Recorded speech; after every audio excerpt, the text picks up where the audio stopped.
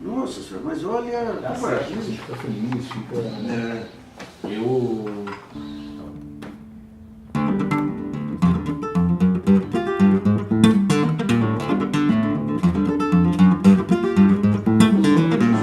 Tinha um aspecto econômico dessa toda, né? Que era trazer Capturaram. É uma resposta.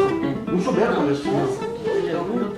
Não é aceito, é não está fazendo De que maneira que se traz o discurso nacional para o âmbito da cidade e da campanha? Primeiro, mostrar que São Paulo tem um potencial econômico importante e que uma gestão em São Paulo não pode ficar apenas administrando um orçamento que, embora seja grande em relação aos outros municípios e aos outros estados, mas por si só tem uma capacidade de liderança política e de intervenção na cidade até do ponto de vista econômico. Então tem que pensar no desenvolvimento local, no desenvolvimento municipal, no desenvolvimento econômico, crescimento econômico mesmo, até para enfrentar o problema do desemprego. Mostrar que essa crise ela não está nas cidades, ela é uma crise institucional, de mostrar que o poder local, o poder municipal, a instância de governo, a esfera de poder do Estado no município, também está esvaziada, está desagregada e está sem uma estratégia, né, de ação política a partir dessa cidade, dessa região metropolitana, face à realidade nacional. E que tipo de medidas que exprimiriam, digamos, essa posição? Olha, a própria gestão orçamentária, financeira, aliás, e o planejamento orçamentário, ele tem que se inverter, fazer uma inversão real da destinação dos recursos orçamentários na cidade.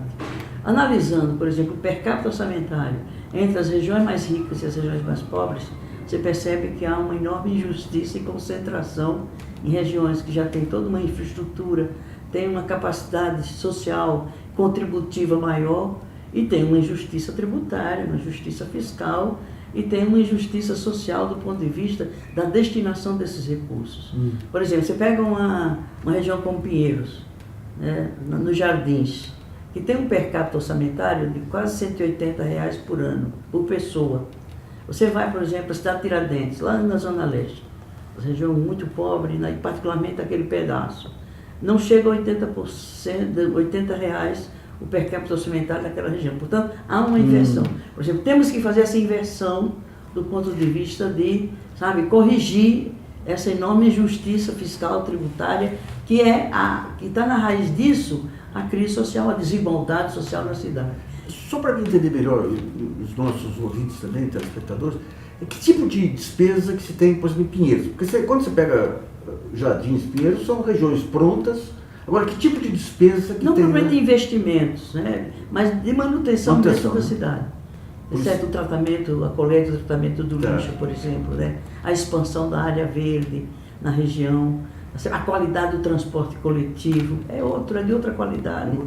Mesmo aqueles serviços que são os mesmos serviços que são demandados pela periferia, a qualidade deles é incomparável do ponto de vista de uma região em relação a outra. Os equipamentos públicos, né, os centros desportivos, os centros culturais, os teatros, enfim. A concentração, inclusive, desses equipamentos nessas regiões em relação ao vazio que existe da presença desses equipamentos na periferia da cidade. O plano diretor, qual é a sua avaliação? O plano diretor ele tem aspectos positivos, mas poderia realmente ser mais, dialogar mais com o Estatuto da Cidade. Então, o lobby das empreiteiras, o lobby do setor imobiliário é de tal ordem que impede politicamente que o prefeito tenha uma autonomia, uma liberdade maior, até para fazer cumprir os dispositivos do Estatuto da Cidade. Estabelece as áreas de interesse social, estabelece algumas restrições do uso do espaço urbano, a questão da mobilidade urbana, que não está de todo contemplada no plano diretor. E a mobilidade, inclusive, hoje é parte de uma política nacional. Tem uma lei que cria, né, a Política Nacional da Mobilidade Urbana, sobretudo nos grandes centros urbanos.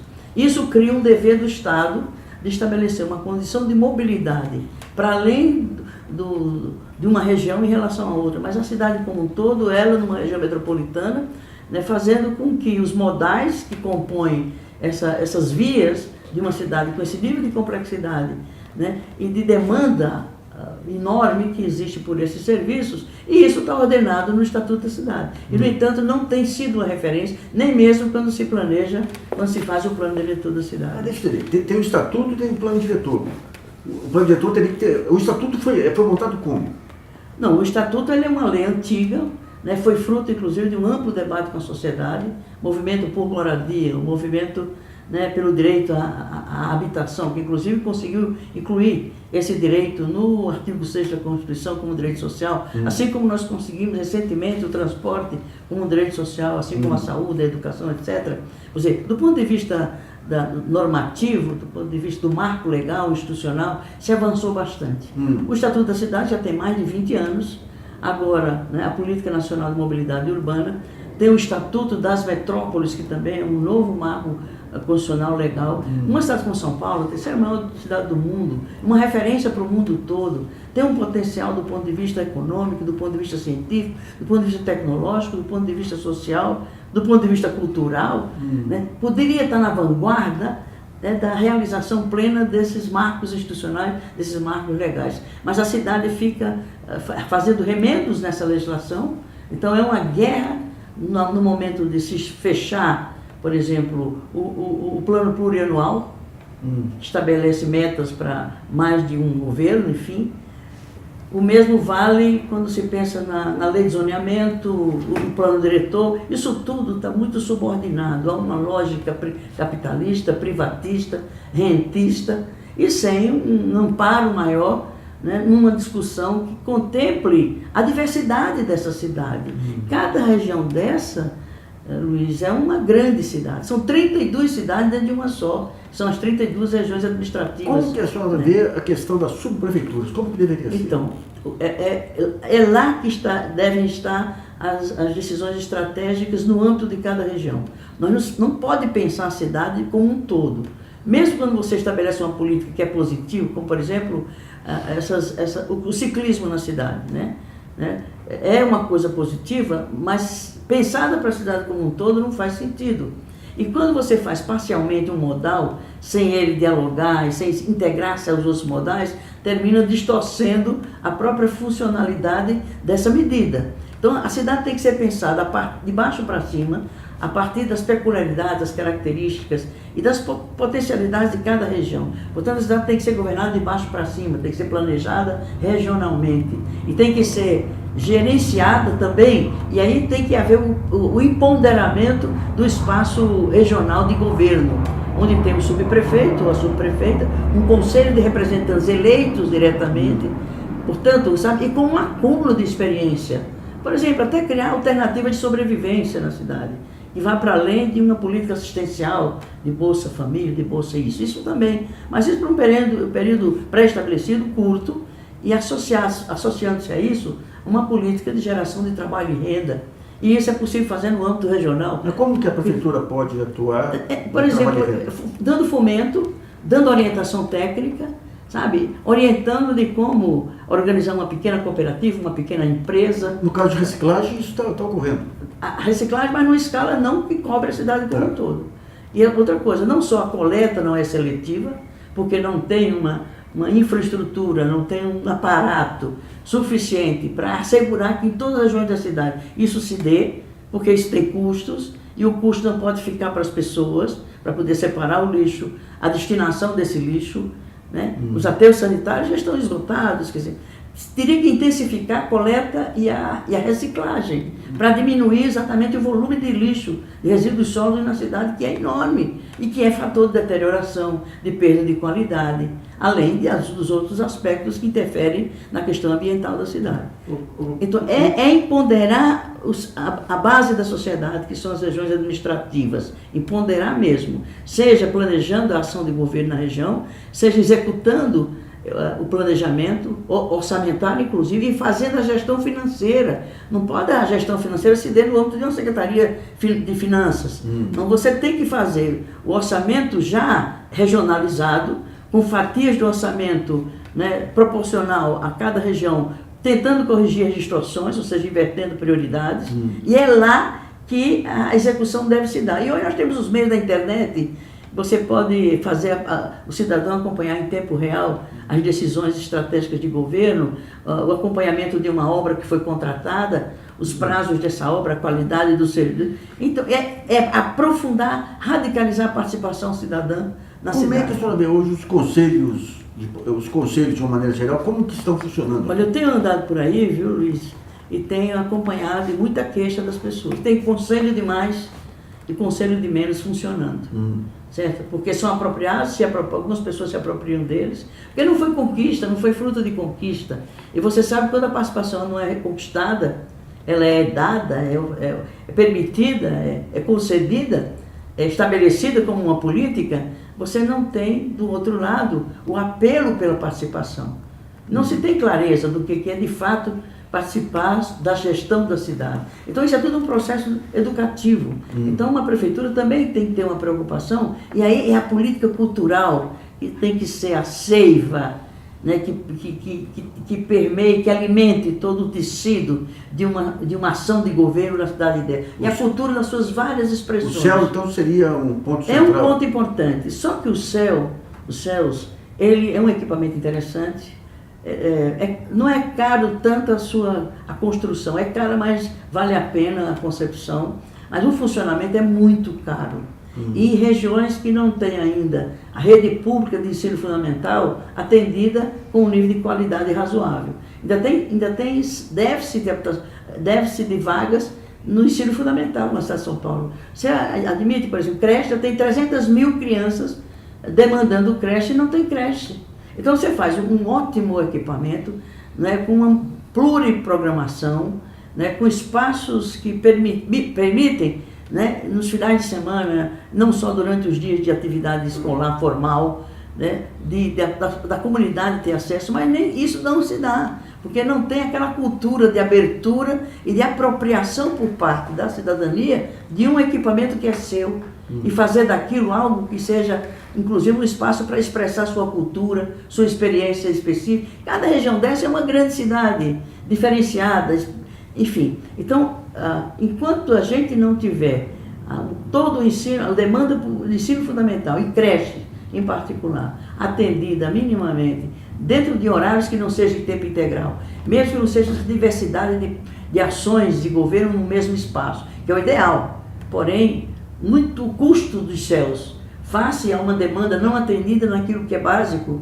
leva a, de uma certa forma, dizer, bom, não há condição de instalar CEL em todas as regiões da cidade, consequentemente não pode demorar muito a atender aquilo que é fundamental, que é aquela faixa de idade, seja na pré-escola, seja no ensino fundamental, e lamentavelmente a rede de ensino municipal, do ponto de vista do ensino fundamental, que é próprio dela, da prefeitura, né? De outro lado, tendo os CELs, que não se expandiu na última gestão, é alguma coisa que a gente tem que intervir nela, ou seja, manter os CELs, dar plena condição de funcionamento a ela, abri-lo mais para as comunidades, mas dar uma prioridade à recuperação dessa rede de ensino fundamental e absorver essas 300 mil crianças de creche.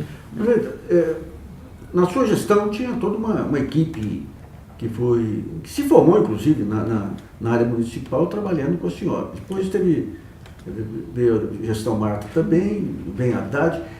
Como que ficou essas equipes? Os quadros, eles se repartiram? Do PT, eu fui a primeira do PT, depois de mim teve o Maluf, teve o Pita, até que veio a Marta, mas a Marta não teve, por exemplo, não estou falando disso porque ela é candidata a minha adversária, mas ela não teve a sensibilidade, a compreensão de que o PT tinha um quadro de técnicos, de profissionais que não saíram do PT, eu saí sozinha, eles não saíram, eles continuam, muitos deles ainda continuam, mas ela não chamou nenhum deles que tinham passado por uma experiência, né, exitosa em várias áreas, Paulo Freire na educação, tá certo? Lúcio Gregóri no transporte, que hoje ele é referência no mundo, hoje está sendo convidado onde ele vai. A própria saúde com o Eduardo Jorge e outros que sucederam ao Eduardo Jorge, quer dizer, enfim, você teve um quadro, Paul Singer no planejamento, então você tinha um ministério de um nível de qualidade que qualquer presidente da República gostaria de ter.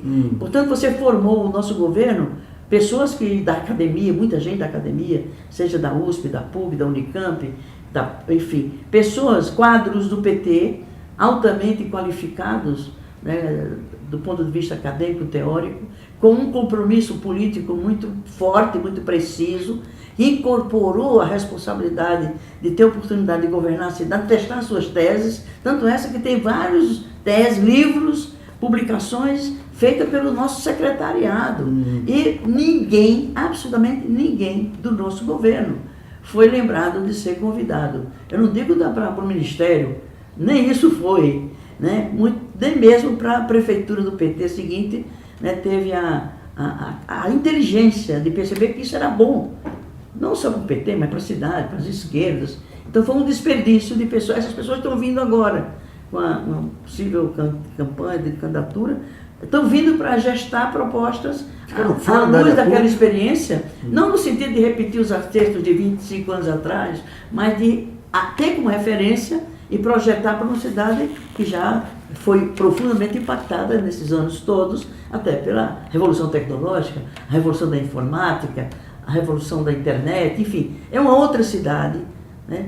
Ela tem que ser planejada, ela tem que ser, ter uma gestão dela numa perspectiva metropolitana. A liderança de um prefeito e uma prefeita tem que ser capaz de articular uma ação com interfaces de certas políticas, como, por exemplo, a mobilidade, tem que se fazer do ponto de vista metropolitano, né? O acesso aos serviços, tem pessoas que moram numa cidade e trabalham em outra, acesso aos serviços em outra. Tem que haver um coletivo de gestores municipais no âmbito da região metropolitana, que tem 20 milhões de habitantes.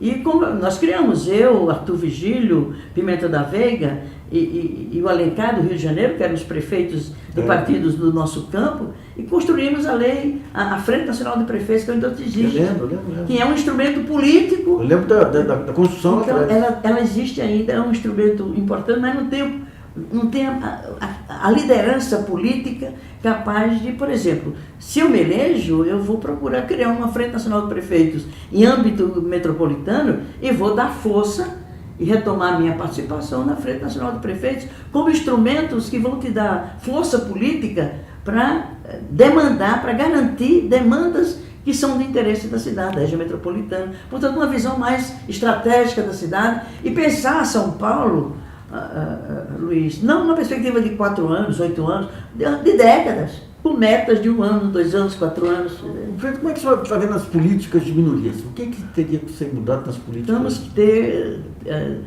políticas específicas para cada segmento, né? Por exemplo, a população de rua.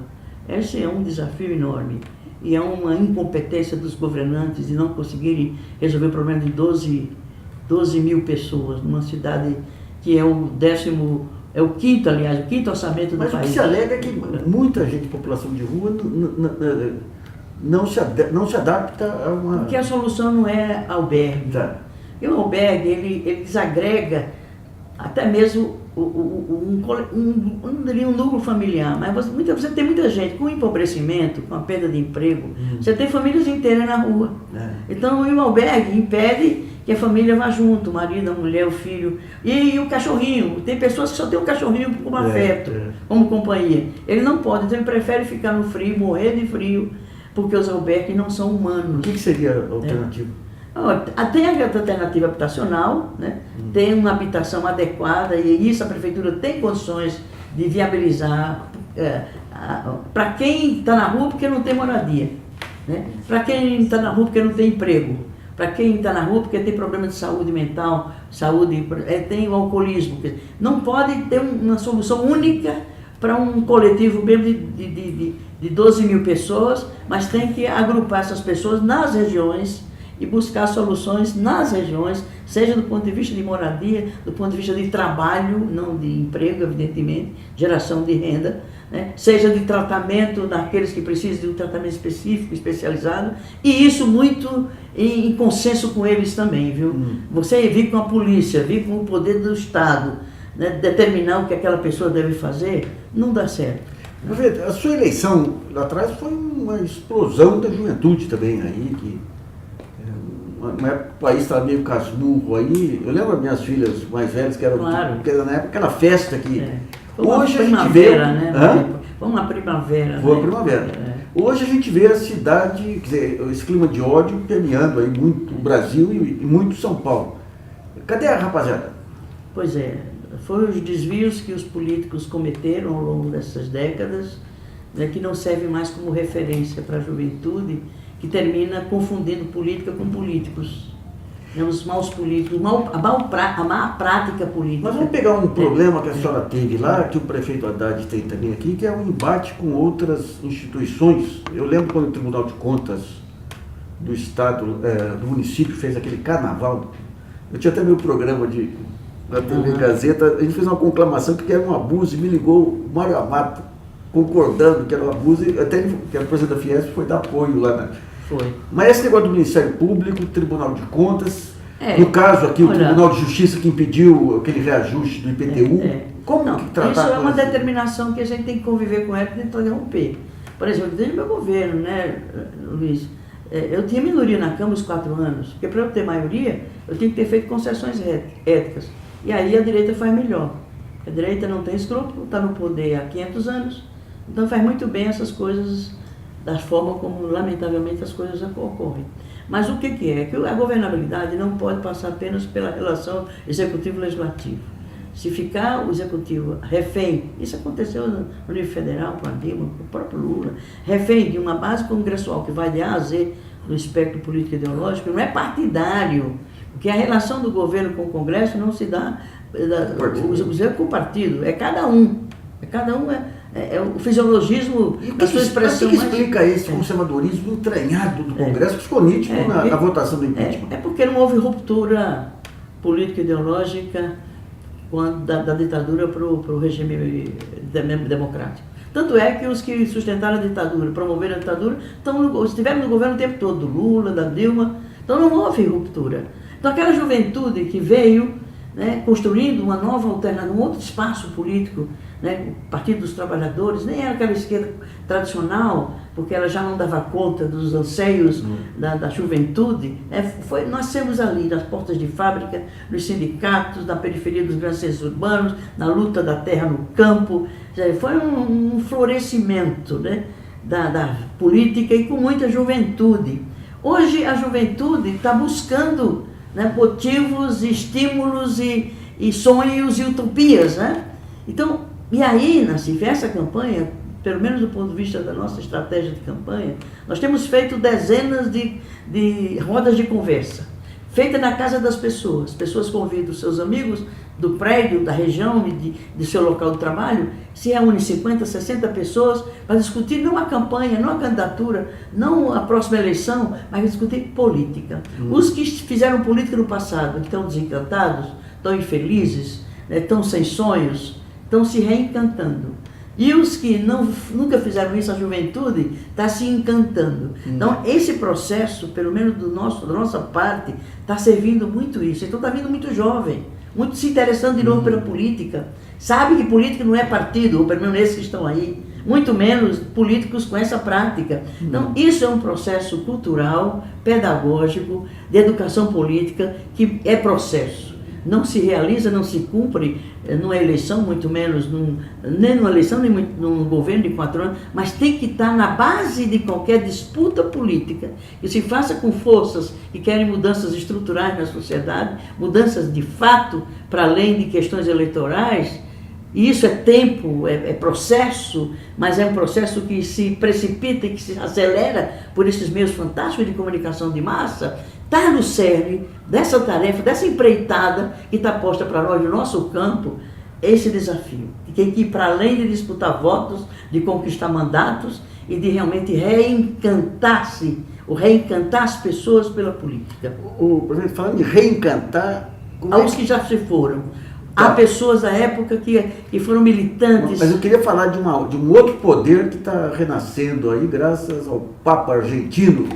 Como é que você está vendo aí a igreja hoje? Um grande recuo, um grande conservadorismo, os novos padres, os padres novos, né, hostilizam os padres militantes do passado, inclusive os tratam assim, olha, são os padres de Dom Paulo né? Assim, pejorativamente, são os garotos todos de Os irmãos que chegaram na toda igreja. aquela roupinha bonitinha, jovenzinho, bonitinho, arrumadinho, cheirosinho.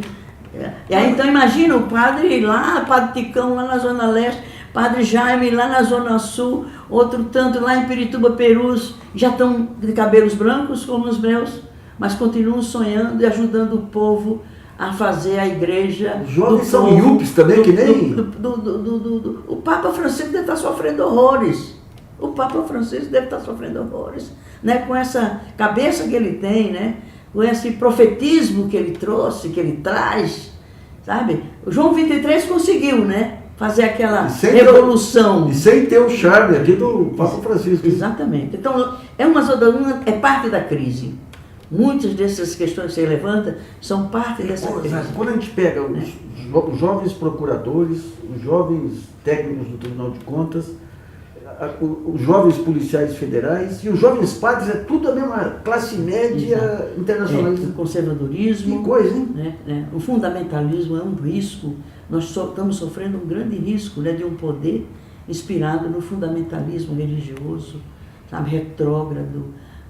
Questionam a lei de 1940, que é a lei do Código Penal sobre a questão da liberdade da mulher em relação aos casos de aborto legal, mulher vítima de estupro, mulher vítima de uma gestação de risco, que ela sofre sério risco de morrer, não tem direito a suspender a gestação, baseada, inclusive, tem o Código Penal de 1940. Eles estão ameaçando de acabar com... Tem iniciativa legislativa no Congresso para acabar com o aborto legal.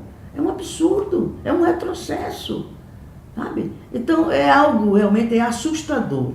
A profunda crise, e eu chamo uma crise de humanidade. O projeto de humanidade está arriscado. Isso não é só no Brasil, né? Essa crise está no mundo. Mas isso também pode sinalizar uma luzinha lá no fundo do túnel como sendo o fim de um ciclo histórico-social.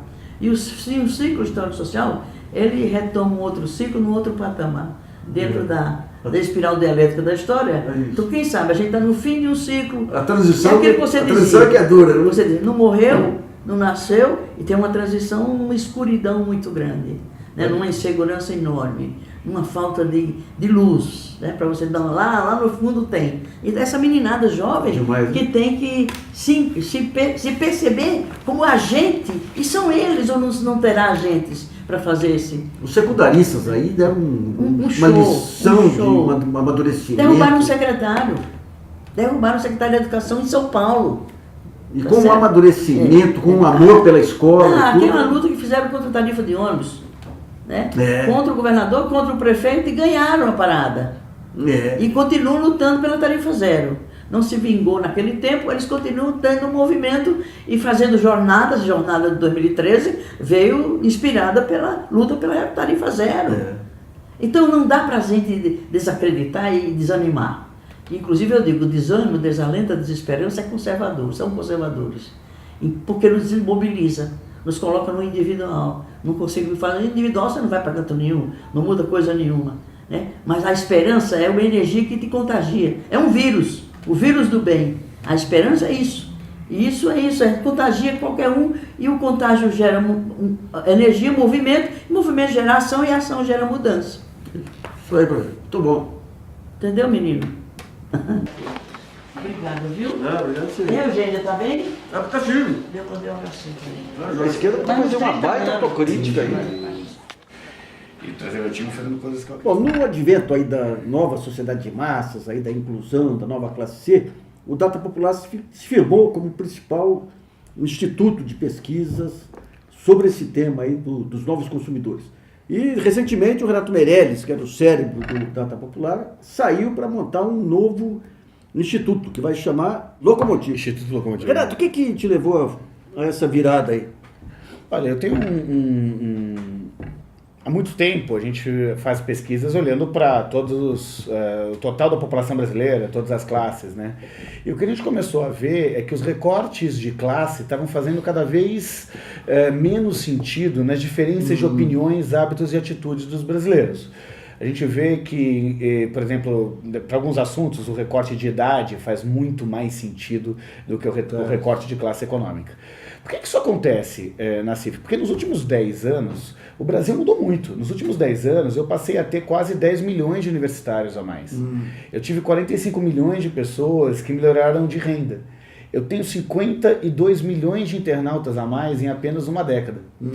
E a velocidade dessas mudanças foi tão grande até o processo da crise e depois agora também na queda da renda do último processo, que a gente passou a ter fenômenos interessantes. Eu tenho na classe A, por exemplo, um presidente de empresa multinacional e um dono de bar em Ermelino Matarazzo.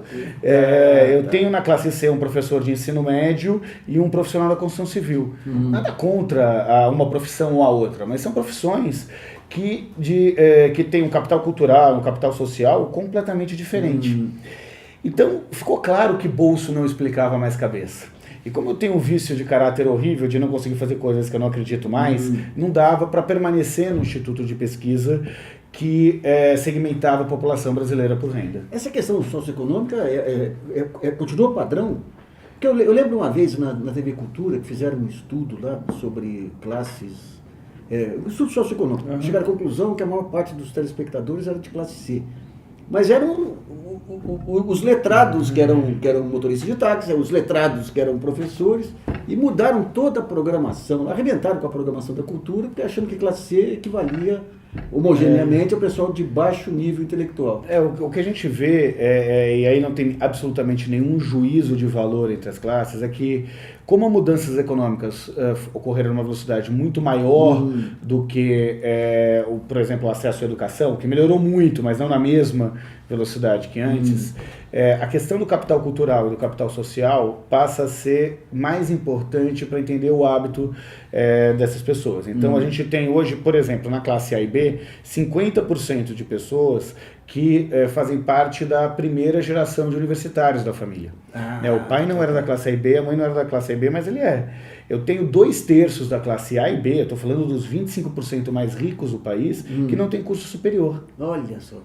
Então, como é que você pode achar que aquela classe A e B tradicional é a mesma classe A e B de hoje? Não é. Qual é o foco da Locomotiva? Que tipo de cliente que você está trabalhando? Olha, a Locomotiva atende basicamente organizações privadas, né, e faz algumas atitudes, ações para organizações do terceiro setor. Nada contra o poder público, podemos participar de licitações e atender o poder público, mas a Locomotiva surgiu através de uma constatação. No século XX, as marcas que eram construídas eram marcas que falavam: você consumidor não é ninguém, e você só vai ser alguém se você consumir a minha marca. Nós abrimos o século XXI com o que a gente chama de marketing de causa, com as marcas falando: eu defendo o empoderamento feminino, se você também defende, vem comigo. Eu defendo a sustentabilidade, se você também defende, vem comigo.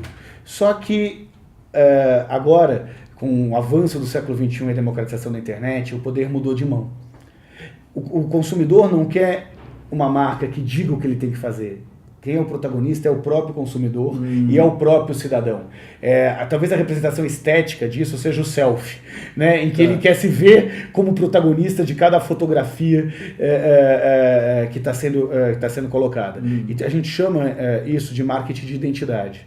As empresas têm que entender o que de fato mobiliza as pessoas e servir para que oferecer ferramentas para que esse consumidor consiga chegar aonde ele quisesse chegar, respeitando as identidades e as formas de organização desse brasileiro e desses consumidores no mundo inteiro, que são senhores de si para decidirem aonde querem chegar e que vida eles querem construir.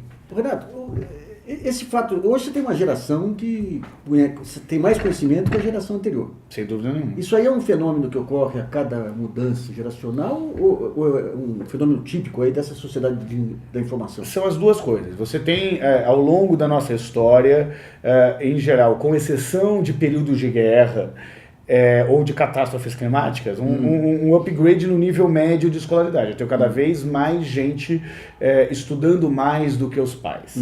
O que acontece, e isso que muda, é a velocidade dessas mudanças. Hoje, você tem no Brasil 73% dos jovens que estudaram mais do que seus pais.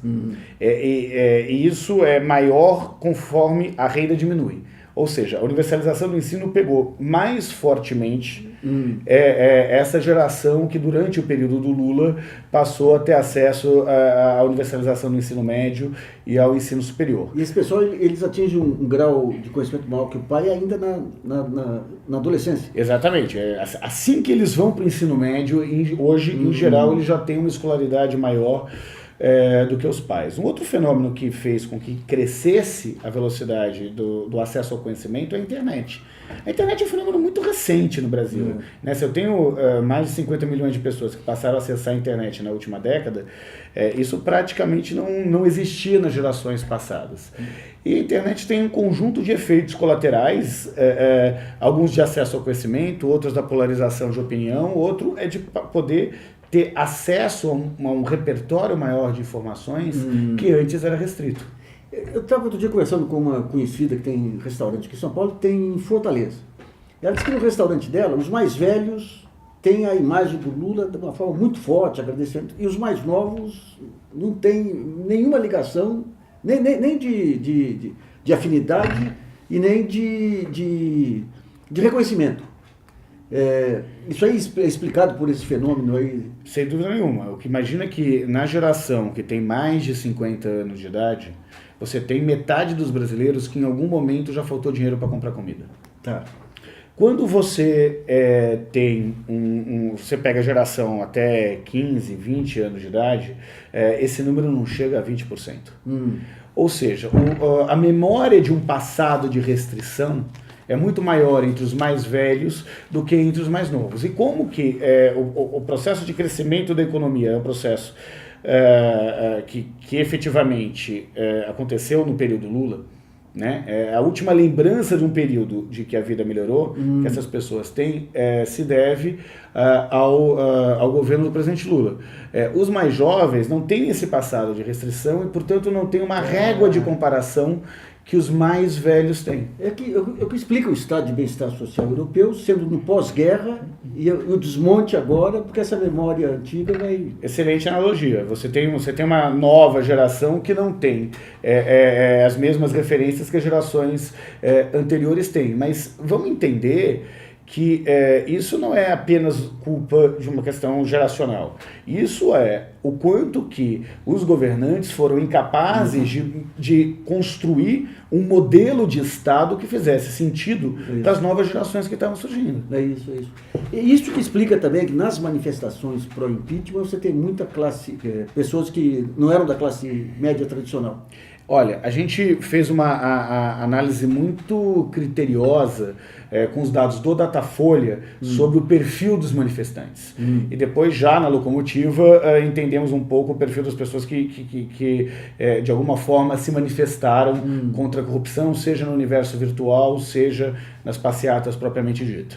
O que a gente vê, em geral, o perfil das manifestações pró e contra o governo da presidente Dilma eram perfis de pessoas mais velhas, mais ricas, com um nível de escolaridade de quase o dobro da população brasileira, que significa na prática que quem foi para a rua se manifestar foi basicamente a elite. Do ponto de vista pró-impeachment, era uma elite formada majoritariamente pelo empresariado. Do ponto de vista das manifestações a favor da presidente Dilma, era uma elite mais ligada ao funcionalismo público, com, obviamente, as exceções do movimento sem teto, por exemplo, que eram mais organizados. Só que eram todos muito mais velhos, mais ricos e mais escolarizados. O que isso mostra na prática, Nassif? Um total descolamento da pauta política atual com os anseios do brasileiro médio. Isso.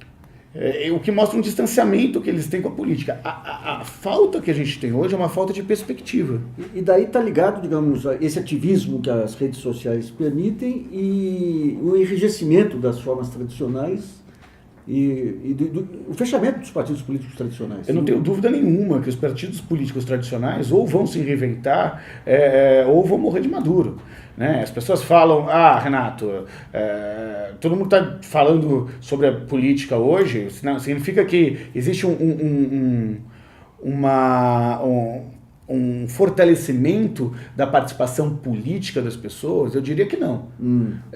Ou pelo menos não da política tradicional. O que existe é uma total revolta à política tradicional, uma revolta que se manifesta com raiva e ódio em todos os lados, de um lado, e por outro lado um descolamento do brasileiro médio com as visões tradicionais e partidárias de políticas que são verticalizadas.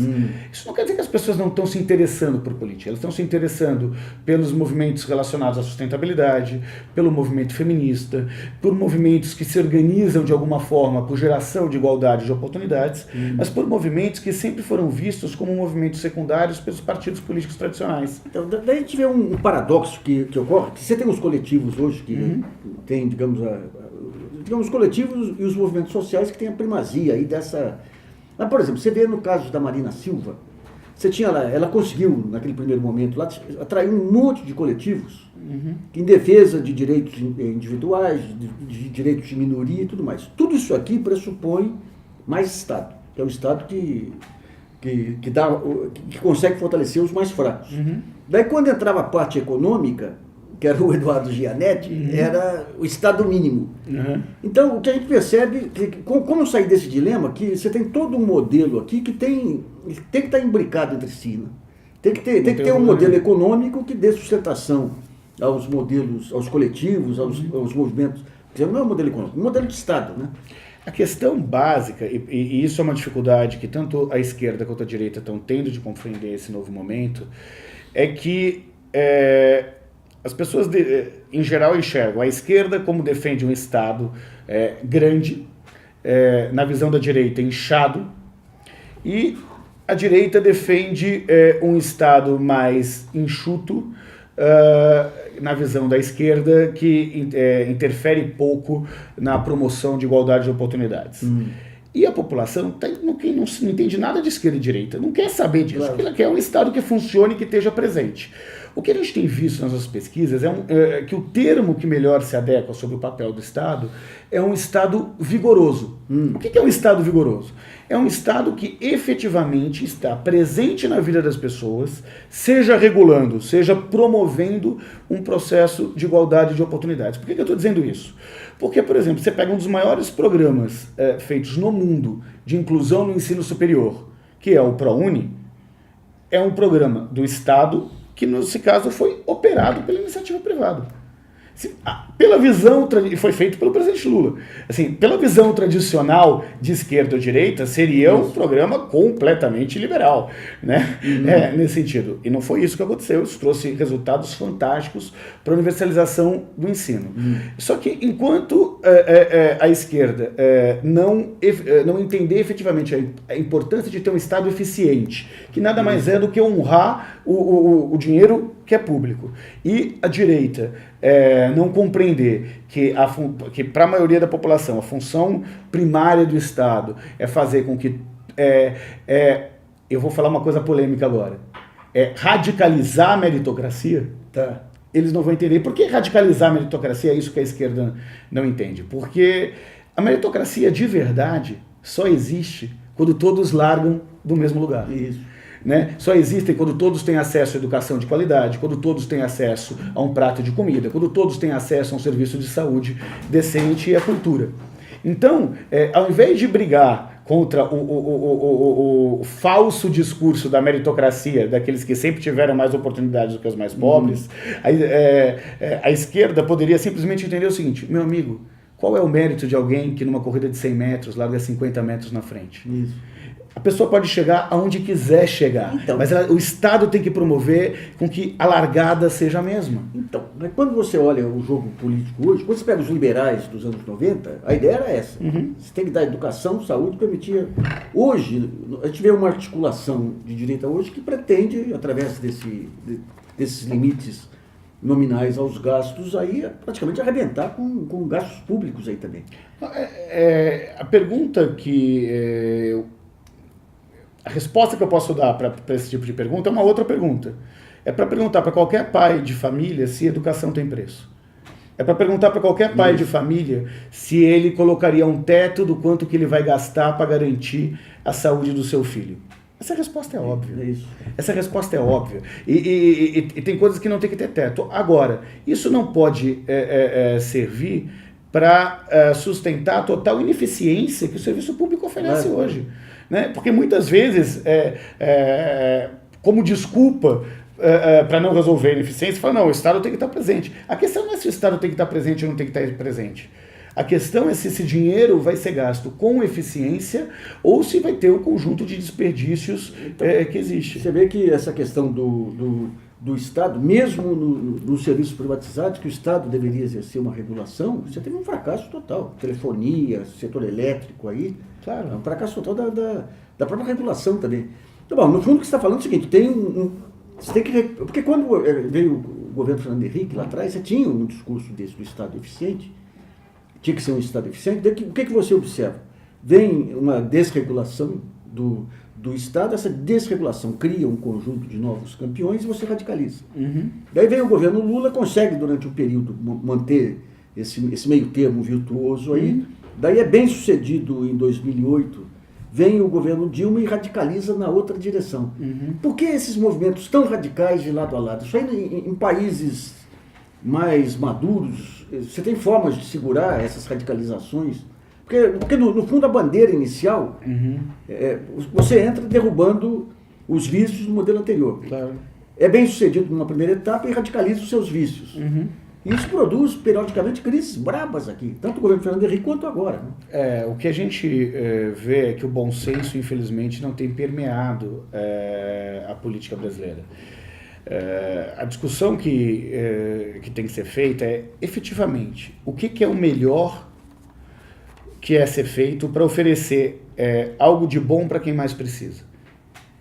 O discurso de justiça social que está presente tanto na oposição quanto na situação, quando é levado a cabo, significa oferecer a chance dos filhos das pessoas que tiveram menos oportunidades na vida terem as mesmas oportunidades dos filhos das pessoas mais ricas. Eu não acho que ninguém seja contrário a isso. A questão é ver na prática como isso funciona. Né? A não ser que alguém fale de que outra maneira nós vamos poder ter uma sociedade mais homogênea economicamente, como se tem em alguns outros países. No fundo, você está explicitando um discurso que, por enquanto, está à procura de um ator aí. O que acontece? É que você tem hoje uma dificuldade grande no Brasil. Como é que se classifica alguém como esquerda ou direita? De um lado, a postura em que as pessoas têm com relação à economia e o papel do Estado, e do outro lado, a postura que as pessoas têm em relação aos costumes.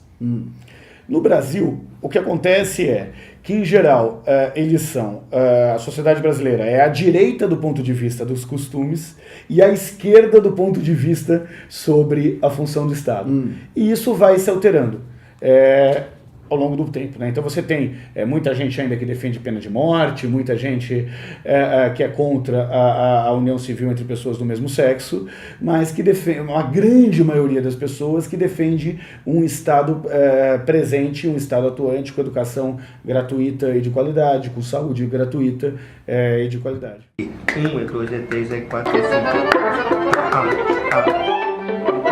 Vai me explicar para a gente que era 2 minutos.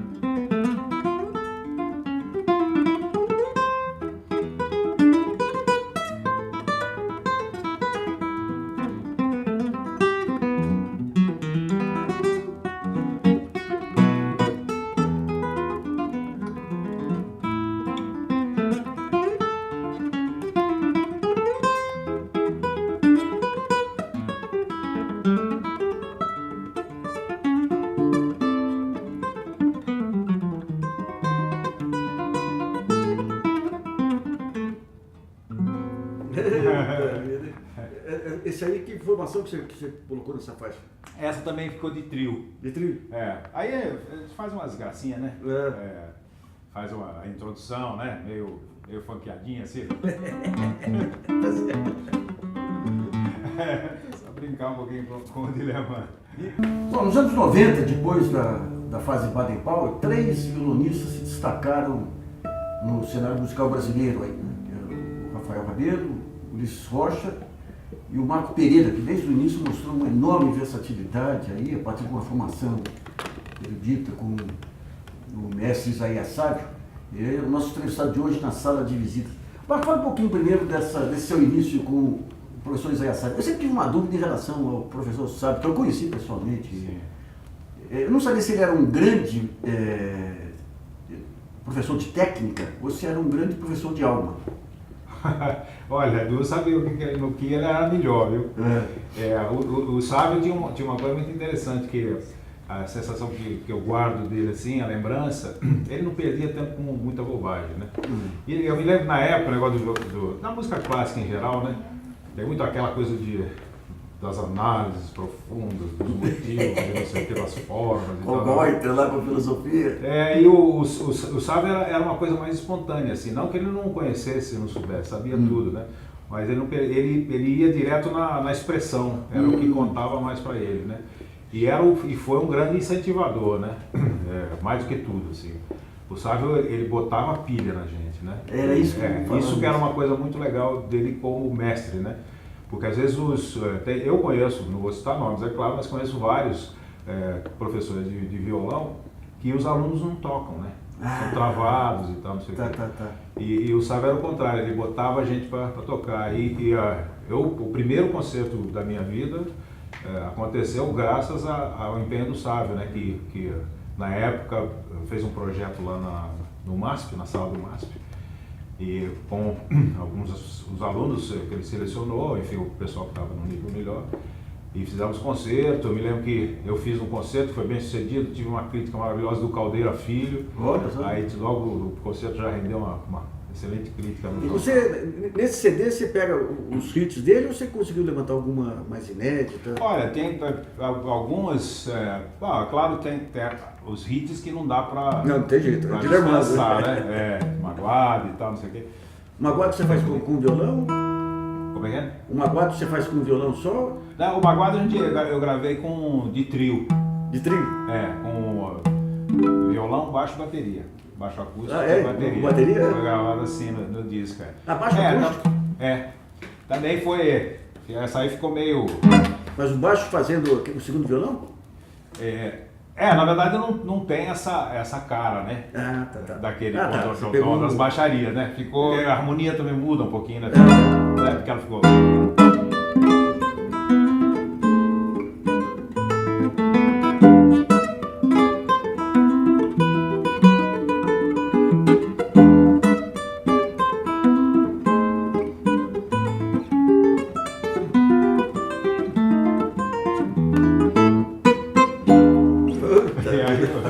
Você está fazendo um conjunto de shows aqui em São Paulo, todos em função do seu CD sobre Dilemando. Isso, então, eu tive a sorte de ter sido agraciado aí com o PROAC de São Paulo para gravar esse disco. É um projeto antigo, isso estava na gaveta há uns 15 anos já. Um desejo que eu tinha, e aí tinha praticamente 80% dos arranjos já estavam delineados. Só as composições dele ou aquelas músicas que ele consagrou como o estilo dele de interpretar? Não, o repertório é só das composições dele. Das autorias. Quer dizer, evidentemente com todo respeito, procurando manter a originalidade, até a brejeirice do Dilemano e essa melancolia das valsas dele, mas dá uma mexida. Então, por exemplo, em coordinário, ele tocava ácido. Essa valsa, por exemplo, que é o Se Ela Perguntar, o original dela é em Mi menor. E aí eu fiz uma versão em Ré menor, assim com essa sexta corda em Ré, né? Enfim, vou mostrar, vamos ver se você gosta. Você colocou a sexta em Ré? Olha só. Então vamos ver. Agora de manhã, você edita aí. Então vai.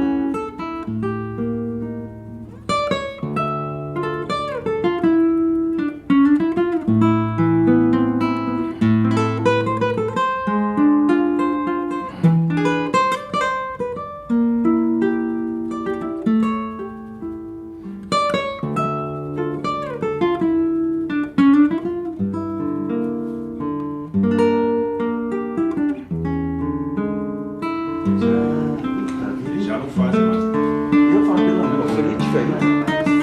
Uma baita Tocante. Não, e aí você pergunta que esquerda, né? Vamos buscar essa esquerda. Minoritário de uma empresa que torce para o Juventus, você tende a achar que o Juventus é o maior time do Brasil. Eita, ficou uma beleza. Modernizou sem perder o sabor aí, de Germano, viu?